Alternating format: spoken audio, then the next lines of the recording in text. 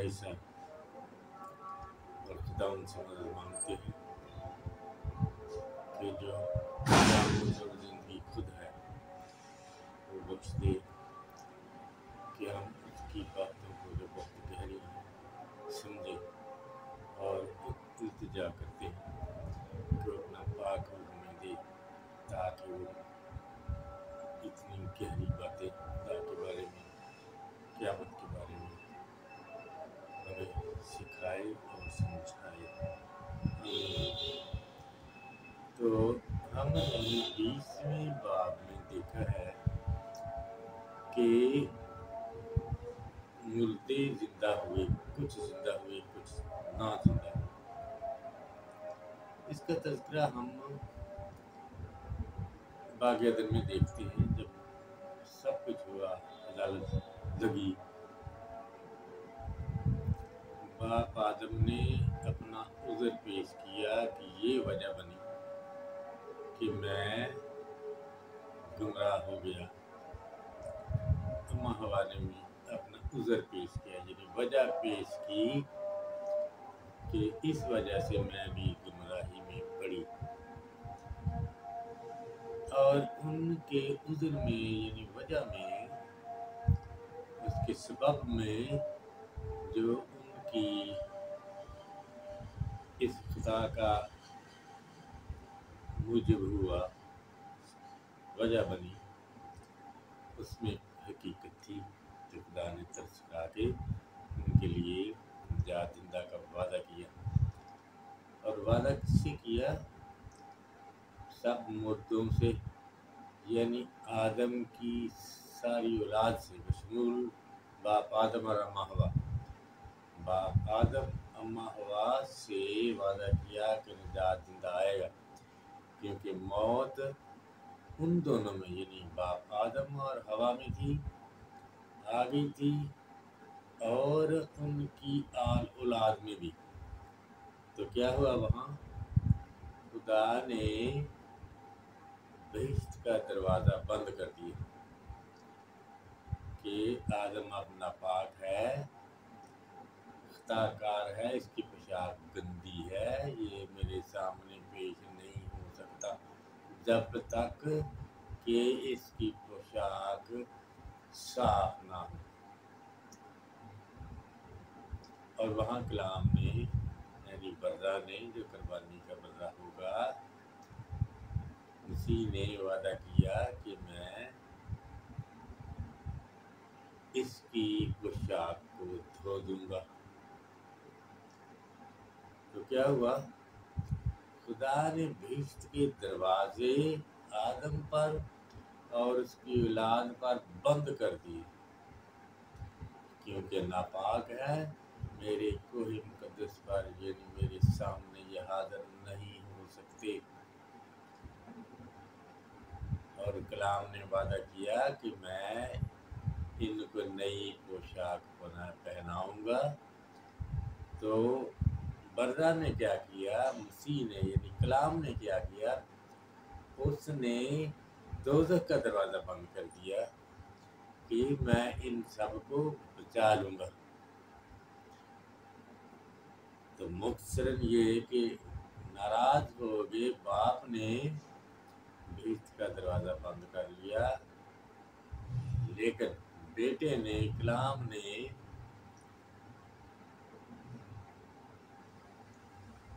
ایک تسلی دی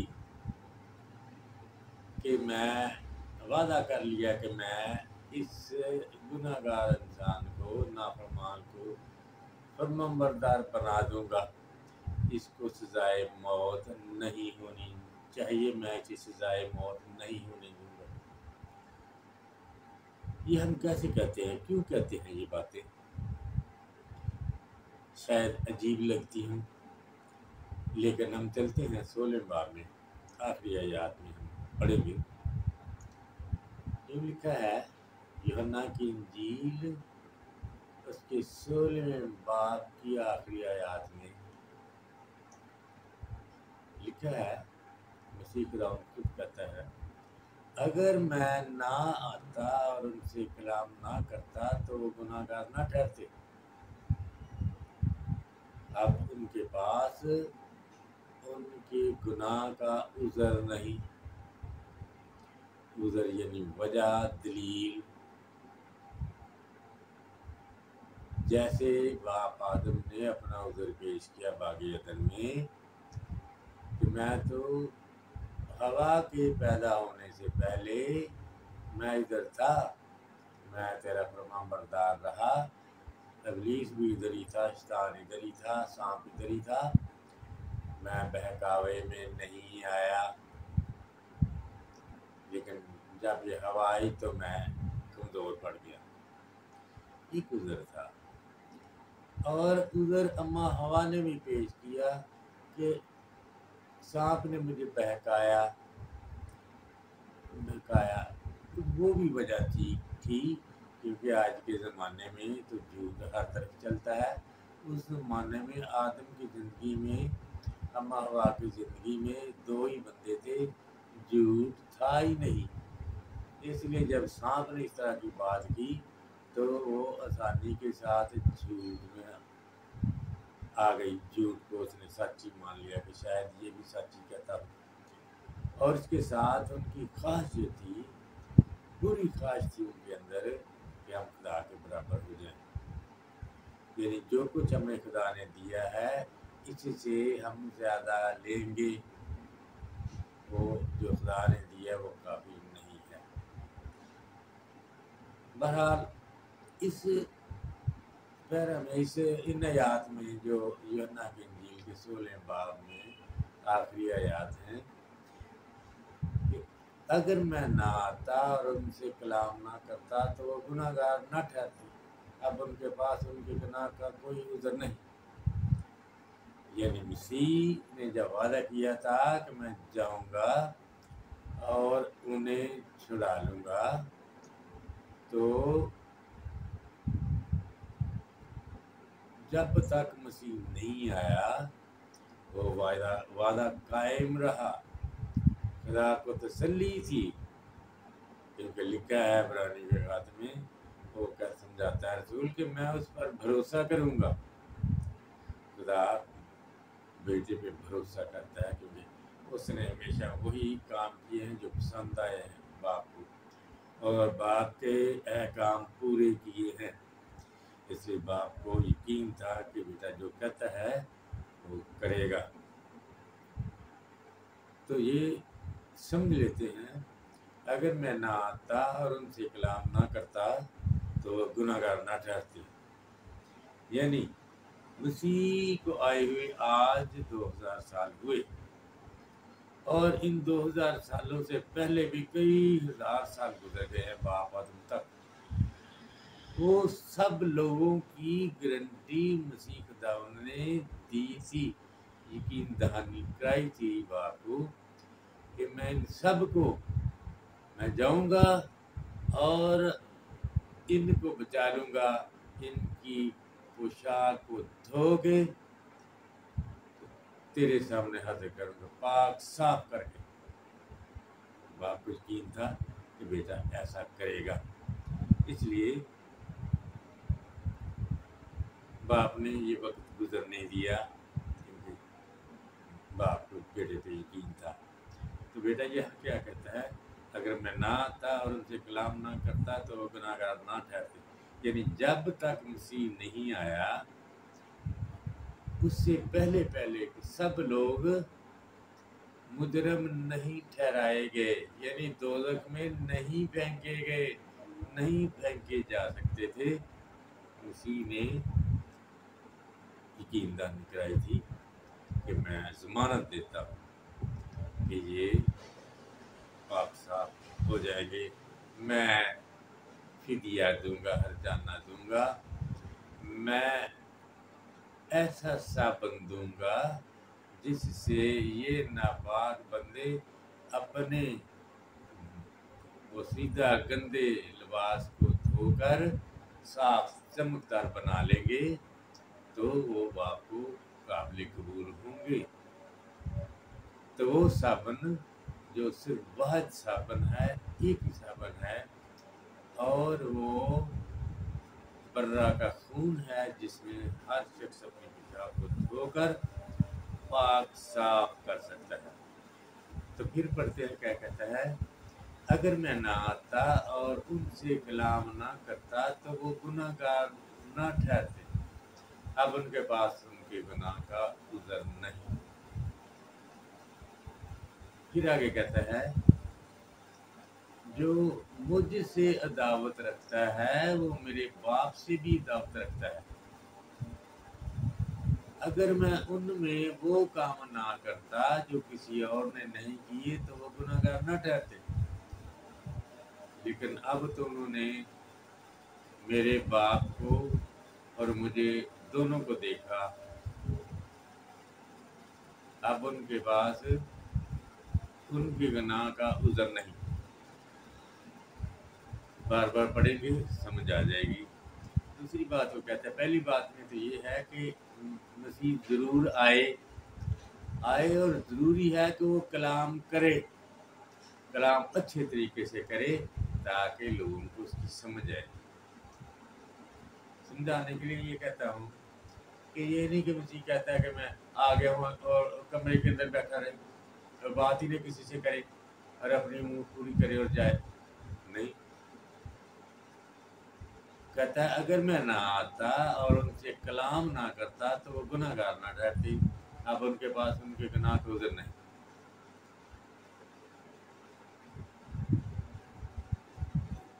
اگر میں ان میں وہ کام نہ کرتا جو کسی اور نے نہیں کیے تو وہ گناہ گار نہ ٹھہرتے، اب ان کے پاس ان کے گناہ کا عذر نہیں۔ دوسری بات وہ کہتا ہے کہ یہ نہیں کہ میں صرف کلام کروں، یہ جو آنے والا آخری نبی تھا، یہ مسیح تھا آنے والا، جس نے دوزخ کا دروازہ بند کر دیا تھا، کہ میں ضمانت دیتا ہوں کہ میں ان آدمیوں کو جو خدا سے دور ہے، نافرمان ہیں، گندی پیشاب والے ہیں، میں بچا لوں گا۔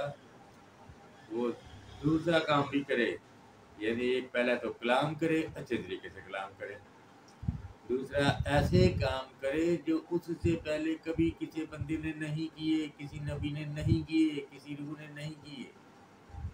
یعنی دو باتیں ضروری ہے کہ مسیح آئے اور ایسے نشان، ایسے عجیب کام کرے جس سے لوگوں کو یقین آ جائے کہ آنے والا آخری نبی یہی ہے۔ تو مسیح نے کیے، بے تحاشا کیے، ان گنت کیے، اور ایسے بڑے کہ کوئی بندہ کر نہیں سکتا۔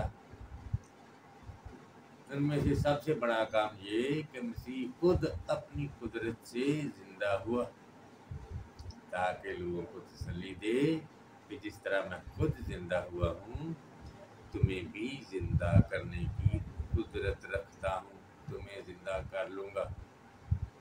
کیونکہ جو اگر آنے والا مسیح جو آنے والا تھا، جس کے سب منظر تھے، اگر وہ اپنے آپ کو ہی زندہ نہیں کر سکتا تو دوسرے انسانوں کو زندہ کیا کرے گا؟ یہ ہم عام کمزور بندے یہ دلیل دیتے ہیں، ہم نشان مانگتے ہیں، چاہتے ہیں، جیسے کہ بڑی دفعہ ہویا نے بھی نشان مانگے اور پائے، اور دوسروں نے بھی کہا کہ مانگو کوئی نشان، جیسے عیسیٰ نبی نے بادشاہ کو کہا 7ویں باب میں، عیسیٰ نبی 8ویں میں، کہ مانگ خدا سے کوئی نشان مانگ، اوپر آسمان میں یا زمین پر یا نیچے گڑھے میں، کوئی نشان مانگ، خدا بھی کرے گا پورا۔ یہ ایسی باتیں نشانوں کی تھی۔ تو مسیح خداوند کا ضرور تھا کہ وہ آئے، کلام کرے اور ایسے عجیب بڑے کام کرے جو کبھی کسی نبی، کسی روح نے، کسی شخص نے نہیں کیے، جو نہیں کر سکے۔ تو مسیح آیا اور اس نے اپنی جان کا نذرانہ دیا، یہاں تک وفادار رہا کہ موت، بلکہ صلیبی موت گوارا کی۔ اس کی بات تھوڑی سی کر لیتے ہیں۔ اس کا کیا مطلب جب ہم پڑھتے ہیں کہ موت بلکہ صلیبی موت تو بہت سارے بندے جن کو پتا ہوتا کہ آ جانی ہے، تو جو قیدی ہوتے ہیں، جو پکڑے جاتے ہیں، جاسوس ہوتے ہیں، برے کام کرنے والے ہوتے ہیں، جن کے مقدمات بھی چلتے ہیں، پھانسی کی سزائیں بھی ہوتی ہیں، لیکن ان سب کو جھوٹی یا سچی کچھ نہ کچھ امید ہوتی ہے کہ شاید ہم بچ جائیں یا چھوٹ جائیں یا ہمیں کچھ ملے گا، لالچ کی بات ہو سکتی ہے۔ اور یہ خدا کی طرف سے انسان کو تحفہ ہے کہ خدا نے آدمی کو اس کی موت کا وقت نہیں بتایا، ورنہ ہم کمزور آدمی بلکہ سب کے سب پہلے سوچ کے مر جاتے اور پریشان ہو جاتے۔ اس لیے خدا کی طرف سے انسانوں کو یہ تحفہ ہے کہ ان کی موت کا وقت خدا کو تو پتہ ہے، لیکن اس نے بندے کو نہیں بتایا، لیکن مسیح خداوند کو پتہ تھا۔ اس لیے اس کی اذیت عام لوگوں کی اذیت سے ہزاروں گنا زیادہ تھی، یعنی اس کو اپنی موت کا پتہ تھا اور تکلیفوں کا، کون مجھے چانٹے مارے گا، تھپڑ مارے گا، کون مجھے کوڑے مارے گا، کتنے مارے گا، کون کیسے کانٹوں کا تاج میری سر پر رکھا جائے گا، میں صلیب پر دیا جاؤں گا اور مروں گا، کیونکہ آخر تک قائم رہنا بے حد ضروری تھا۔ کیونکہ اگرچہ مسیح پیدا ہوگا، ہم سمجھتے ہیں کرسمس والے دن خوشی مناتے ہیں کہ مسیح پیدا ہو گیا، خوشی منائے، اچھی بات ہے، لیکن جب تک مسیح اپنا کام پورا نہیں کرتا کچھ اچھا نہیں۔ پیدائش کے دن تو سب نبیوں کے ہوئے، سب لوگوں کے ہوئے، اور مرتے بھی ہیں لوگ، پھانسیوں پہ بھی چڑھے، صلیبوں پہ بھی چڑھے۔ تو جب تک مسیح صلیب پہ چڑھ کے مر نہیں جاتا، مرنے کے وقت تک قائم نہیں رہتا، گناہ یعنی گناہ نہیں کرتا، اس کی قربانی قابل قبول نہیں، وہ خدا سے وہ انعام پا نہیں سکتا، خدا کے سے وہ کیے ہوئے وعدے پورے کر نہیں سکتا۔ اس بات کو یوحنا رسول اپنے 7ویں باب میں سمجھاتا ہے۔ مسیح خود کہتا ہے جو مجھ میں قائم رہے گا، جیسا کتاب مقدس میں آیا ہے، اس میں سے زندگی کے پانی کی ندیاں جاری ہوں گی۔ یہ اس نے اس روح کی بابت کہا تھا جو وہ پانے کو تھے، کیونکہ روح ابھی نازل نہیں ہوا تھا، کیونکہ مسیح اپنے جلال کو نہیں پہنچا تھا۔ آمین۔ یہ بات ہمیں یوحنا رسول جو کہ یسوع مسیح کا سب سے پیارا شاگرد تھا، وہ سمجھاتا ہے کہ جب تک مسیح مر نہیں گیا صلیب پر، پاک روح آ نہیں سکتا تھا، یعنی وہ پانی کی ندیاں جاری ہو نہیں سکتی تھی، جس کا تذکرہ عیسیٰ نبی بہت جگہوں پہ کرتا ہے۔ تو مسیح خداوند نے خود کیا یوحنا کی انجیل کے 4 باب میں کہ جو پانی میں دوں گا یہ اس میں ایک چشمہ بن جائے گا جو ہمیشہ کی زندگی تک کے لیے جاری رہے گا۔ جب وہ عورت سے باتیں کرتا ہے جس کے 5 شور تھے اور چھٹا جس کے 7 تھا اور رہتی تھی، چھٹا اس کا شور نہیں تھا، تو مسیح جلال کو سب پہنچا جب وہ آخر تک قائم رہ کر خدا کے ساتھ قائم دائم رہا اور موت بھی گوارا کی لیکن گناہ نہ کیا۔ تو جب یہ ہوا کہ مسیح اپنے جلال کو پہنچا تو خدا نے خوش ہو کے سب کچھ دے دیا، اسے پاک روح دیا جس کے وسیلے سے ہم پاک کیے جاتے ہیں، اور وہ مسیح ہمیں اپنا پاک روح اس دنیا میں پاک ساکرامنٹوں کے ذریعے، بپتسمہ کے ذریعے بیانہ کے طور پر دیتا ہے۔